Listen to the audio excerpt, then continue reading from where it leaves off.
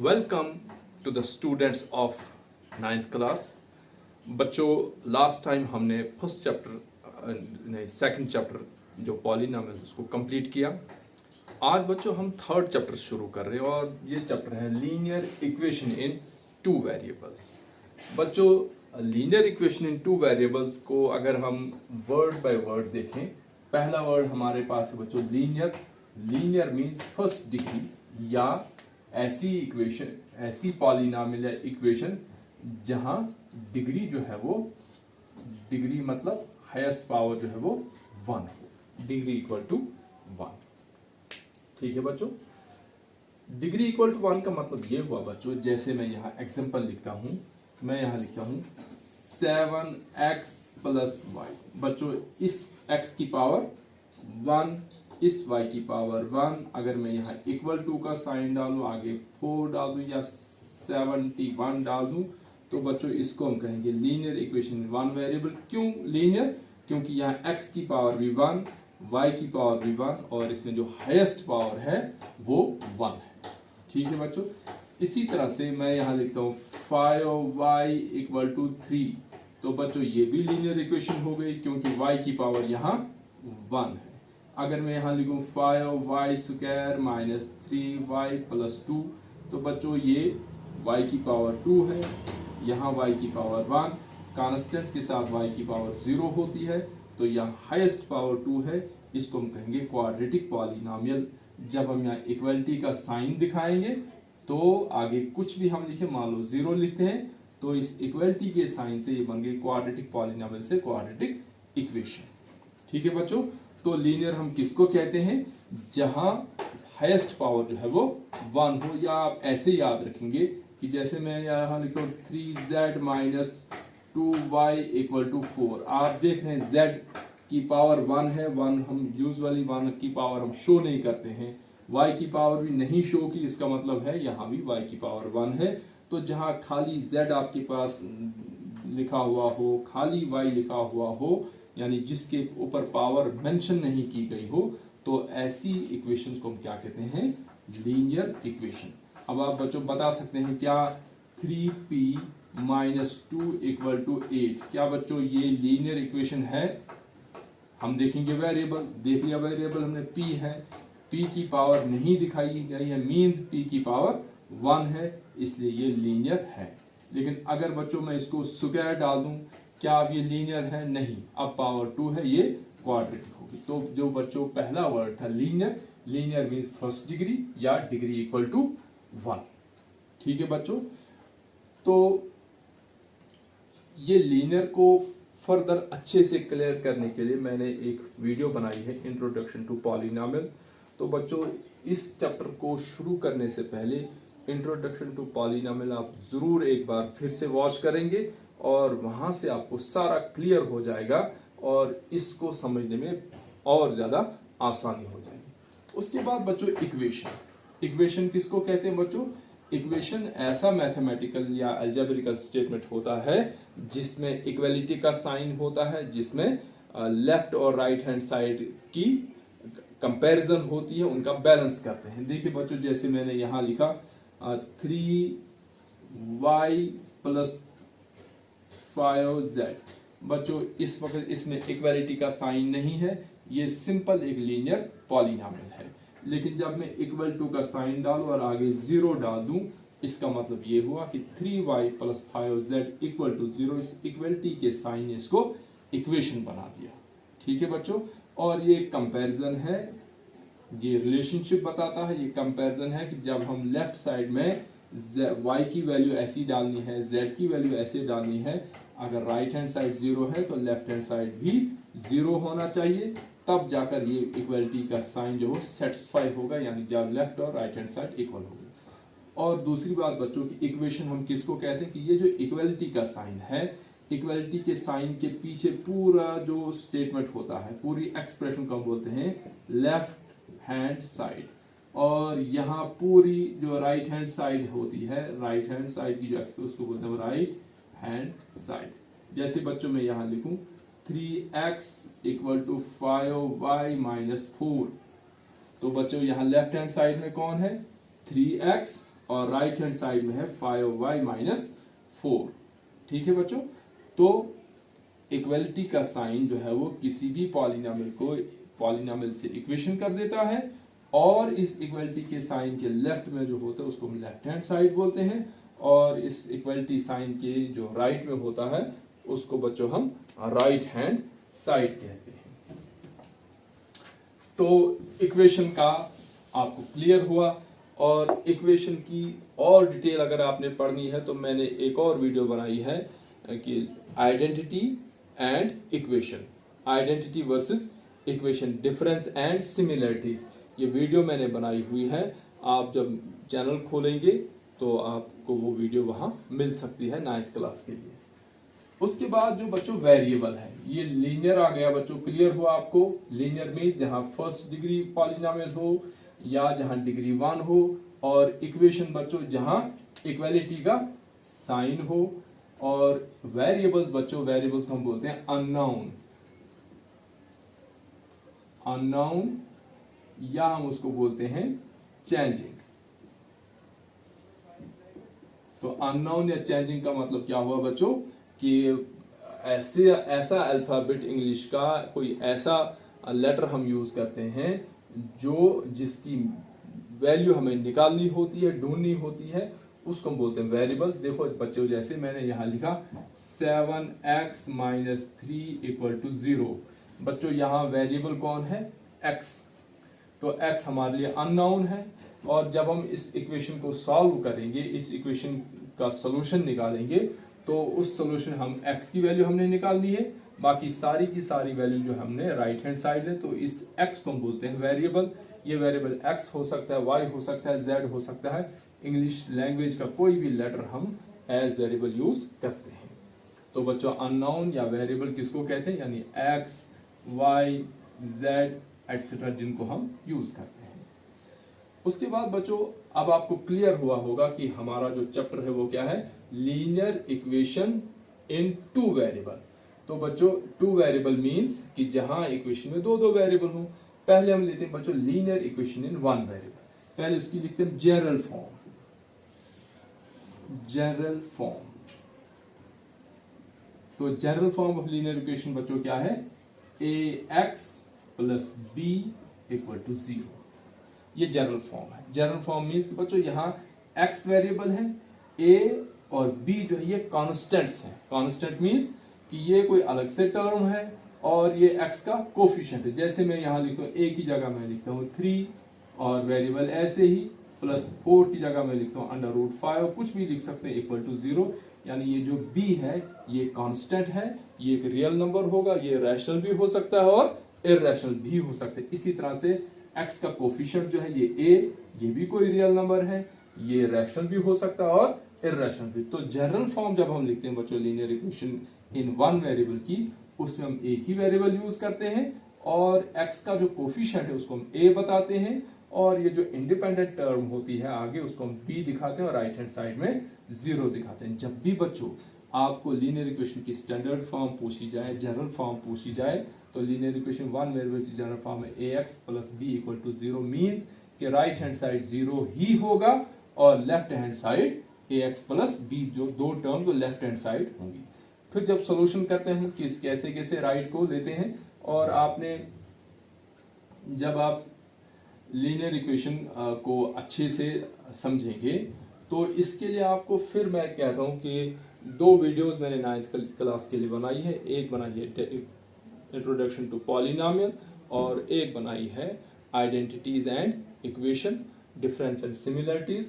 उन दोनों वीडियोस को आप अच्छे से पढ़ेंगे, अच्छे से वॉच करेंगे, और ये चीजें आपको सारी और ज्यादा क्लियर हो जाएंगी। तो बच्चों लीनियर इक्वेशन इन 1 वेरिएबल आ गई ax plus b equal to 0। a एक कांस्टेंट है और b जो है वो दूसरा कांस्टेंट है, और ये हमारे पास लीनियर इक्वेशन इन 1 वेरिएबल होगी।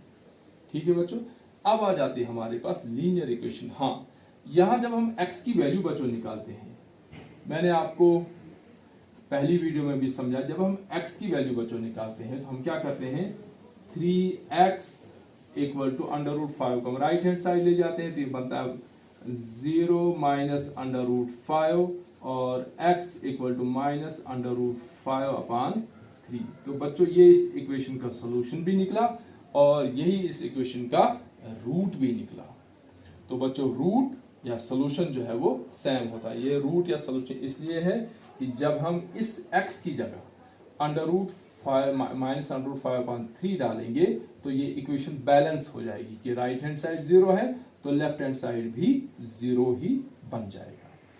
ठीक है बच्चों, अब आ जाते हैं हम ये क्वेश्चन आपने बच्चों 8th में भी किए हैं।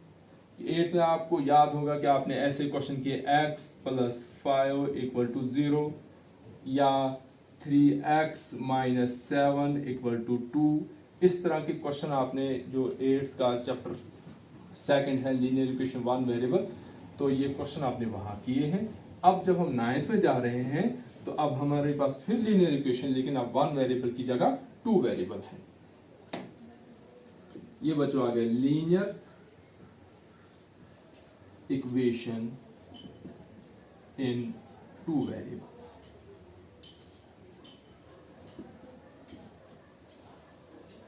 अब बच्चों लीनियर इक्वेशन 2 वेरिएबल देखिए, जैसे मैंने यहां लिखा ax आया एक वेरिएबल, ये तो कांस्टेंट है, प्लस by, अब मैंने y भी यूज किया, आगे दूसरा कांस्टेंट दूसरा वेरिएबल, प्लस c = 0। इसको हम बोलते हैं स्टैंडर्ड फॉर्म या general form of linear equation 2 variable. देखिए बच्चों लीनियर क्यों है, यहाँ x की पावर 1, यहाँ y की पावर 1, तो इस हिसाब से लीनियर हो गई। और 2 वेरिएबल क्यों बच्चों, यहाँ एक वेरिएबल x है, एक वेरिएबल y है, तो इस तरह से हम उसको कहेंगे लीनियर इक्वेशन इन 2 वेरिएबल। और यहाँ a b c जो है वो कांस्टेंट है, a x का कोफिशिएंट, b y का कोफिशिएंट और c जो है एक कांस्टेंट टर्म है। तो ये एक स्टैंडर्ड फॉर्म आ गई, या इसको हम जनरल फॉर्म भी कहते हैं, general form of linear equation in 2 variables. एक बार फिर आप उसको देखें कि जब भी बच्चों आपको लीनियर इक्वेशन 2 वेरिएबल लिखनी है तो पहली कोशिश आपकी होनी चाहिए कि जो भी टर्म दी है, चाहे 2 टर्म दी हो, 3 टर्म दी हो, एक ही टर्म दी हो, वो सारी लेफ्ट हैंड साइड हो और राइट हैंड साइड हमेशा आप 0 रखें। जब आप राइट हैंड साइड हमेशा 0 दिखाएंगे आप, तो वो आपकी हो गई स्टैंडर्ड फॉर्म। बच्चों जैसे मैं यहाँ एग्जांपल लिखता हूँ, a की जगह मैं डालता हूँ 3x, तो वेरिएबल है, अननोन है। b की जगह डालता हूँ -2y, तो -2 b की जगह और y वेरिएबल है, प्लस इसकी जगह डालता हूँ मैं 7 = 0। तो बच्चों ये भी लीनियर इक्वेशन 2 वेरिएबल, और ये लीनियर इक्वेशन 2 वेरिएबल की कौन सी फॉर्म आ गई बच्चों, स्टैंडर्ड फॉर्म। क्यों स्टैंडर्ड फॉर्म आ गई, क्योंकि 3 के 3 जो टर्म्स है वो लेफ्ट हैंड साइड है और राइट हैंड साइड मैंने 0 रखा है। बच्चों अगर यही इक्वेशन ऐसे आई आपको कि 3x - 2y = -7, बच्चों ये भी लीनियर इक्वेशन 2 वेरिएबल है, लेकिन ये स्टैंडर्ड फॉर्म में नहीं है। क्यों नहीं है स्टैंडर्ड फॉर्म में, क्योंकि इसकी एक टर्म जो है वो राइट हैंड साइड है। अगर इसको हमने स्टैंडर्ड फॉर्म में लाना है तो हमें पहले क्या करना है कि ये -7 को भी ट्रांसपोज करना है लेफ्ट हैंड साइड, ताकि राइट हैंड साइड आपका 0 रहे। तो इसको अगर हम स्टैंडर्ड फॉर्म में लाएं, ये बनेगा 3x - 2y + 7 = 0। ये बन गई लीनियर इक्वेशन इन 2 वेरिएबल की स्टैंडर्ड फॉर्म। एक एग्जांपल हम और लेते हैं बच्चों, आपके पास होगा 3x = 7y - 8। तो क्या बच्चों ये लीनियर इक्वेशन इन 2 वेरिएबल है? हाँ है, क्योंकि x वेरिएबल y वेरिएबल है। क्या इसको हम लीनियर इक्वेशन इन 2 वेरिएबल की स्टैंडर्ड फॉर्म में देख सकते हैं, मान सकते हैं? नहीं मान सकते हैं, क्योंकि लीनियर इक्वेशन की स्टैंडर्ड फॉर्म में राइट हैंड साइड 0 होगा और बाकी की 3 टर्म जो है वो लेफ्ट हैंड साइड में होंगी। तो अगर हम इसको स्टैंडर्ड फॉर्म में लाना है तो हमें लिखना पड़ेगा इसको 3x + 7y है, लेफ्ट हैंड साइड आकर -7y होगा, -8 है, लेफ्ट हैंड साइड आकर +8 होगा, = 0।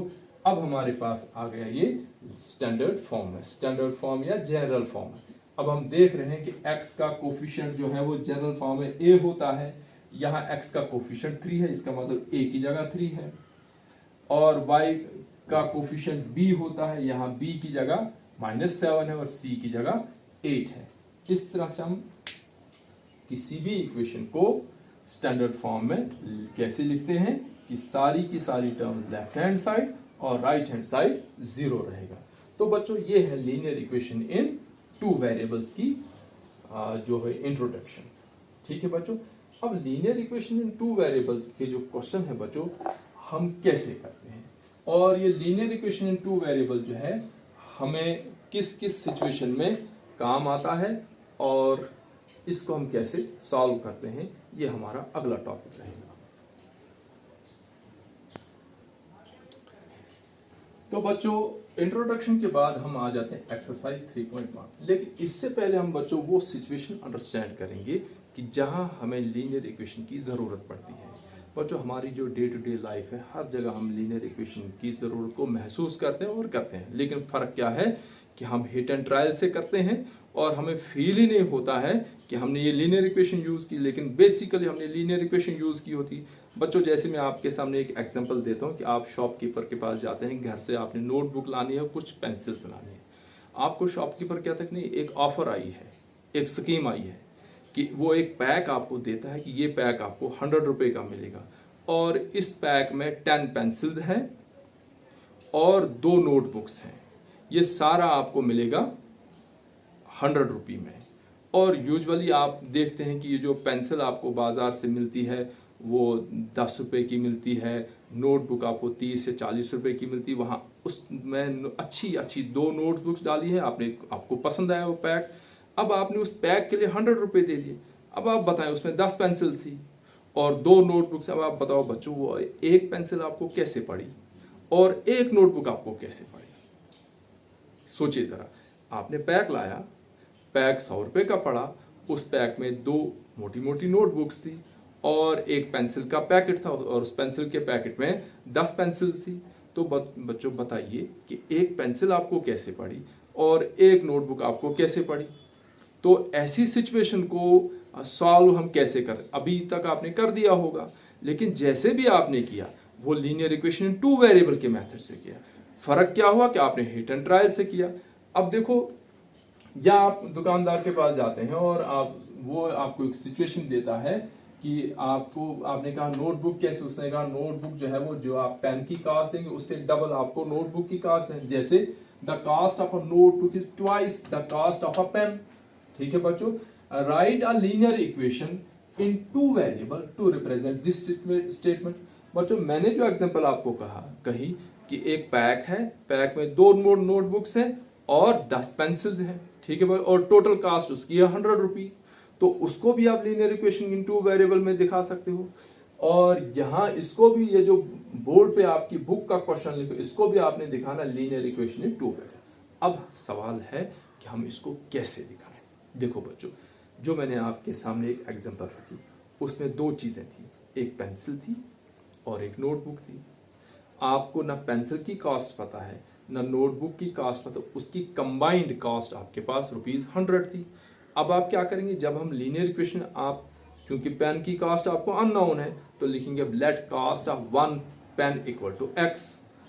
आपको नोटबुक की कॉस्ट भी अननोन है, let cost of 1 notebook equal to y। एक की अगर y होगी तो 2 कितनी 2y होगी। एक पेंसिल की अगर x है तो 10 पेंसिल की कितनी होगी 10x है, तो 10x प्लस 2y। जैसे मैं यहां लिखता हूं, अब उसी एग्जांपल को हम लेते हैं, let cost of 1 notebook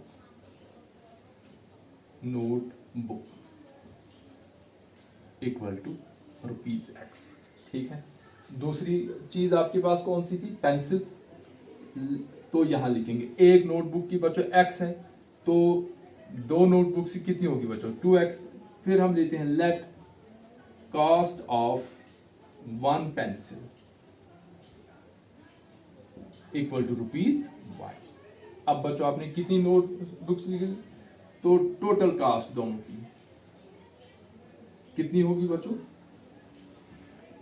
equal to ₹100। बच्चों ₹100 किस इसमें क्या क्या आया आपको बच्चों, एक नोटबुक x, 2 नोटबुक्स कितनी बच्चों 2x की, प्लस एक पेंसिल y की और 10 पेंसिल कितने की बच्चों 10y की, और ये टोटल कास्ट आपकी पास कितनी होगी बच्चों 100। ये आपकी पास बन गई linear equation in 2 variable.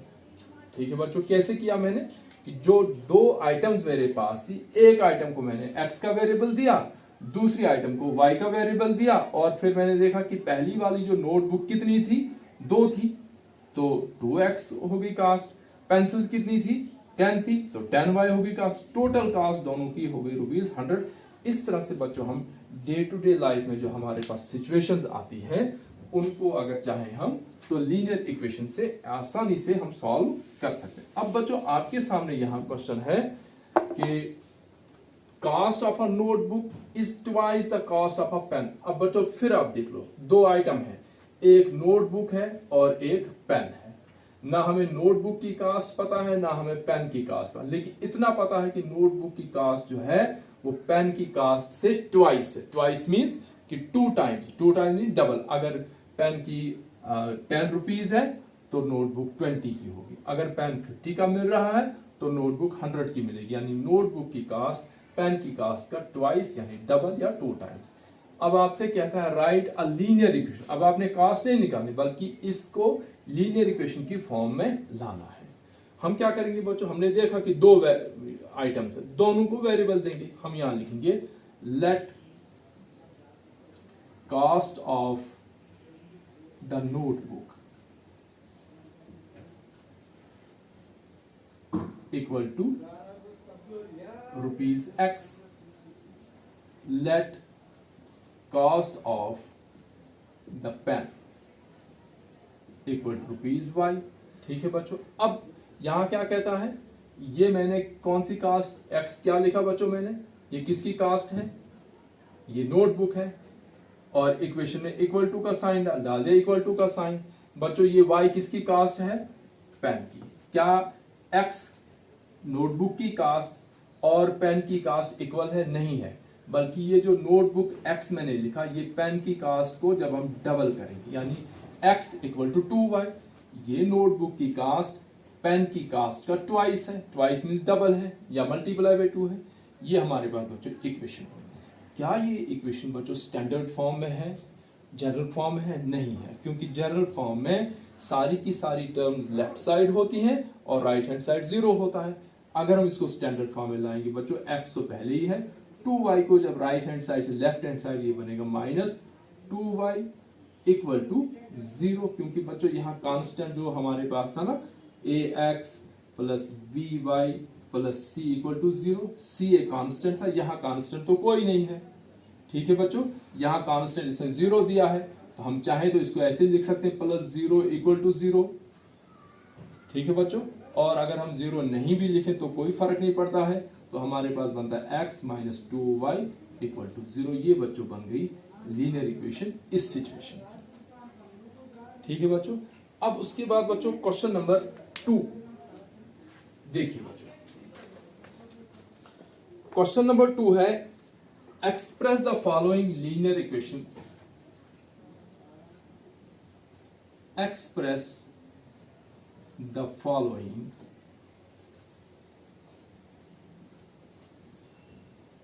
linear equations in the form, कौन सी फॉर्म में बच्चों, ax plus by plus c equal to 0। इस फॉर्म में बच्चों लाना। ये कौन सी फॉर्म है बच्चों, जनरल फॉर्म है बच्चों। ठीक है, जनरल फॉर्म में देखा कि 3 की 3 जो वेरिएबल्स है वो लेफ्ट, 3 की 3 term left hand side right hand side 0। देखो बच्चों मैं फर्स्ट पार्ट कर रहा हूं, फर्स्ट पार्ट है बच्चों 2x, आगे क्या बोलता है बच्चों, find the values of a, b and c। तो बच्चों फर्स्ट पार्ट है 2x plus 3y equal to 9.35। ठीक है बच्चों, अब क्या बच्चों ये स्टैंडर्ड फॉर्म में है, नहीं है। स्टैंडर्ड फॉर्म में क्या करना है, ये कांस्टेंट को भी लेफ्ट हैंड साइड लाना है। हम इसको ऐसे लिखते हैं r 2x plus 3y minus 9.35 equal to 0 बन गई स्टैंडर्ड फॉर्म। ठीक है, और अगर हम इसको कंपेयर करेंगे किसके साथ, we have ax plus by plus c equal to 0। अब बच्चों आपको क्या मिला, यहाँ x का कोफिशिएंट 2 और यहाँ x का कोफिशिएंट a, इसका मतलब a इक्वल टू 2 हो गया। ठीक है बच्चों, यहाँ y का कोफिशिएंट b, यहाँ y का कोफिशिएंट 3, इसका मतलब बच्चों b कितना हो गया, 3 हो गया। और उसके बाद बच्चों यहाँ c, और यहाँ c किसके बराबर है, c इक्वल टू माइनस 9.35। कैसे किया मैंने बच्चों, इक्वेशन लिखी, उसको स्टैंडर्ड फॉर्म में लाया, स्टैंडर्ड फॉर्म की जितनी टर्म्स थी left hand side, right hand side 0 रखा। पहली टर्म जो x है, x का कोफिशिएंट यहाँ 2 है, स्टैंडर्ड फॉर्म में x का कोफिशिएंट a हो, तो इसका मतलब a की जगह 2 आया, b की जगह 3 आया और c की जगह माइनस 9.35 बार।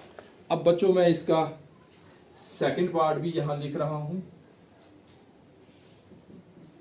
सेकंड पार्ट है बच्चों x minus y upon 5 minus 10 equal to 0। बच्चों क्या ये स्टैंडर्ड फॉर्म में है, यस स्टैंडर्ड फॉर्म है, क्योंकि सारी की सारी टर्म्स जो पहले ही लेफ्ट हैंड साइड है। तो यहां लिखेंगे हम वी हैव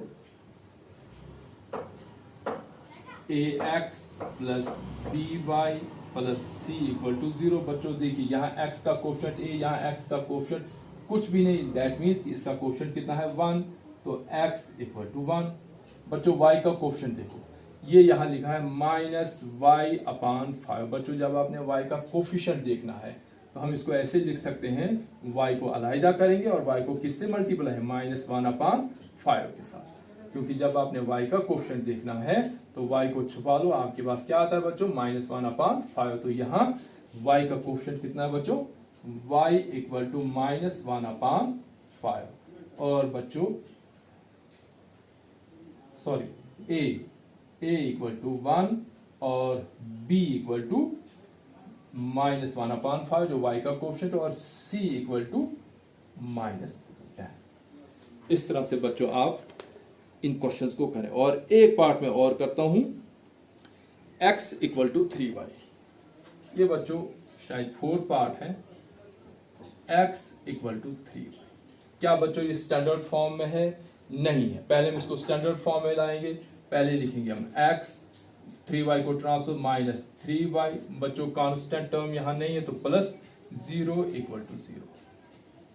और वी हैव, हमारे पास जो बच्चों स्टैंडर्ड फॉर्म वो क्या है, ax plus by plus c equal to 0। बताइए बच्चों, यहाँ x का कोफिशिएंट a, यहाँ x का कोफिशिएंट 1, इसका मतलब a की जगह 1, यहाँ y का कोफिशिएंट b, यहाँ y का कोफिशिएंट माइनस 3, इसका मतलब b इक्वल टू माइनस 3, और यहाँ बच्चों c इक्वल टू 0। इस तरह से बच्चों हम linear equation in two variables के जो कॉन्स्टेंट्स हैं a b c उनकी वैल्यू निकालते हैं। बाकी के पार्ट्स बच्चों आपके लिए मैंने असाइनमेंट डाल दिए हैं, उनको आप कोशिश करेंगे निकालने की, आपसे निकल सकते हैं। नहीं निकले तो मुझे कमेंट बॉक्स में पूछ लेंगे आप कौन सा पार्ट आपसे नहीं निकला, कौन सा करना है। So thanks for watching.